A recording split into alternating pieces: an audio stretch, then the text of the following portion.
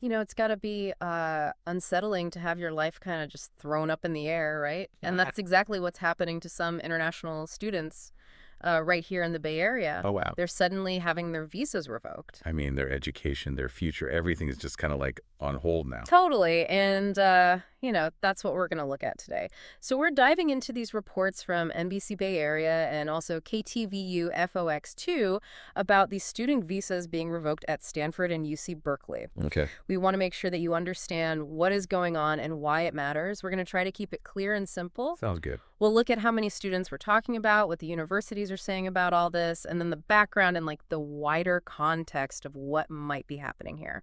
So jump right in. What's the big news here? Well, the main thing is that student visas are being revoked Okay. at both Stanford and Berkeley. Got it.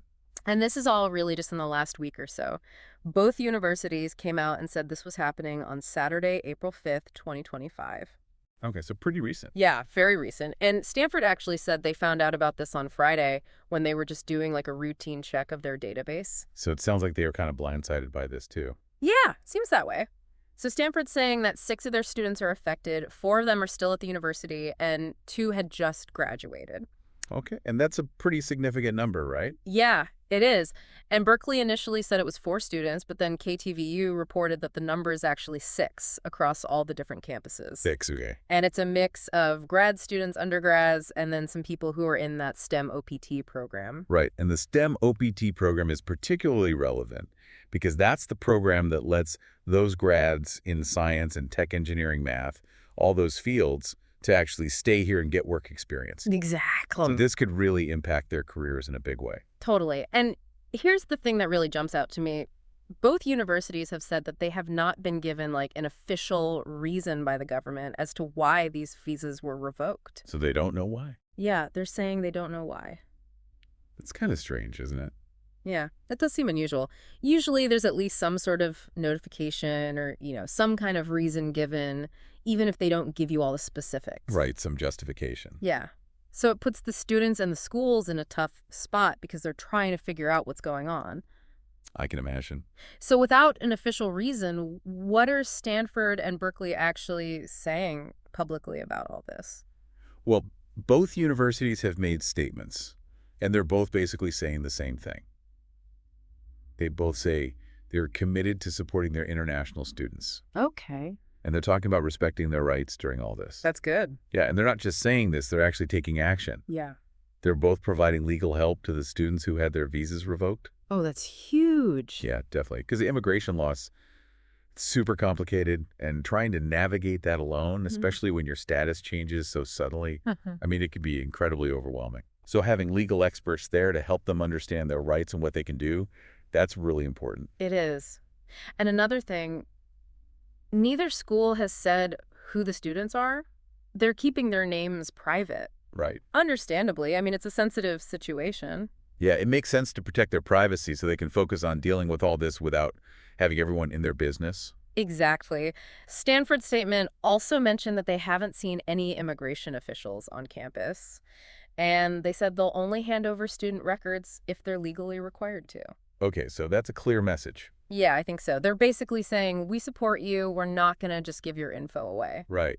Which is probably important to a lot of those international students. Yeah, definitely. Now, Berkeley's statement said that the situation is fluid. Fluid. Yeah, and that the number of students affected could still change. So that means this might not be over. Right.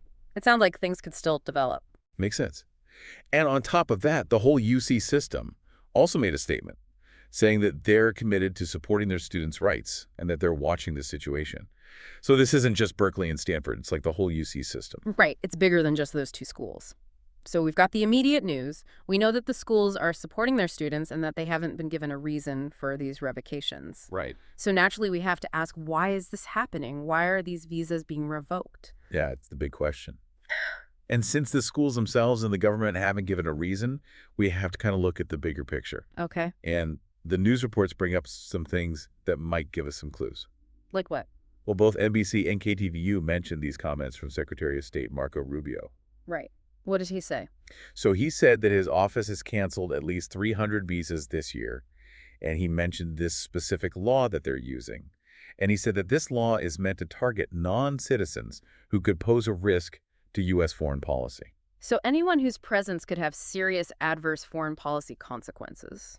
Yeah, those are his words. Okay. And he went on to say that he's going to use every legal means possible to remove students who are accused of doing things that are harmful to the U.S. or to its foreign policy. That sounds pretty serious. What do you make of that? Well, it sounds like they're really scrutinizing these international students and looking for any potential threats to U.S. interests. And that phrase he used, adverse foreign policy consequences, Yeah. it's pretty broad, you know? Yeah, it is. The news reports also brought up this New York Times article that said Rubio is having people look more closely at the social media of people applying for visas. Interesting. And they're suggesting that this could be targeting people who criticize U.S. policies, especially when it comes to Israel. Okay, so now we're talking about free speech. Right. I mean, if they're using social media posts to decide who gets a visa or not, that brings up some big questions about what international students are allowed to say. Absolutely.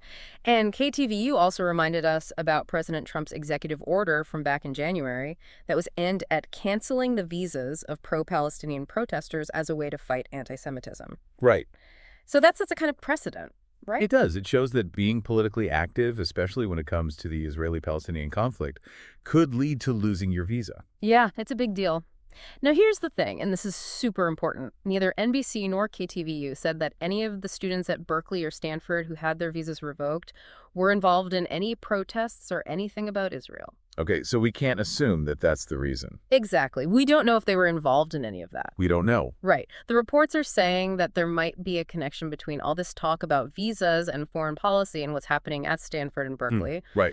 But it's just a possibility. It's not confirmed. We just don't know the reason in these specific cases. Right. And I think it's important to remember that just because these things are happening around the same time doesn't mean that one caused the other. That's true. Yeah. They could be completely separate issues, or there could be some connection that we just don't understand yet. Yeah, exactly. So as we wrap this up, what are the big takeaways here? Well, the first thing is that student visas are being revoked at both Stanford and UC Berkeley. 6 students at each university based on those news reports. Right. And both schools have said publicly that this is happening, but that they don't know why. They haven't been given a reason. Exactly. We also talked about how the universities are responding. Yeah, they're offering support to the students, especially legal help, Right. and they're making sure to protect the students' privacy. Absolutely. And then we looked at the broader context, what Secretary Rubio said about visa cancellations and foreign policy concerns and the whole issue of social media scrutiny and even President Trump's executive order. Yeah, it's a lot to consider. It is. Yeah. But we have to keep in mind that the specific reasons for those revocations at Stanford and Berkeley are still a mystery. And we don't know if these students were involved in any political activities or expressed certain views. Right, that's a huge piece that's still missing. It is. So, when you think about this news, think about all the different aspects involved. We're talking about the lives of these international students and the challenges they face, the concerns about national security, and then the idea of free speech, especially at a university, right?